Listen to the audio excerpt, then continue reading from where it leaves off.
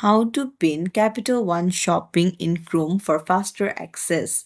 Hey everyone, welcome back to the channel. If you are new here, don't forget to hit the subscribe button and turn on the notification bell to not miss any updates.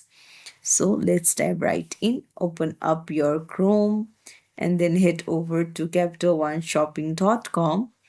And now here you will find no option to pin the website, but what you can do is you can go to the star icon in the right hand side and then bookmark this tab. So you can name it anything that you like. You can even name the folder and hit done. And now it will appear in the bookmarks tab and you'll have a faster access when you open up your Chrome. So if you found this tutorial helpful, don't forget to like the video and subscribe to our channel for more helpful tips and tricks. Thank you for watching.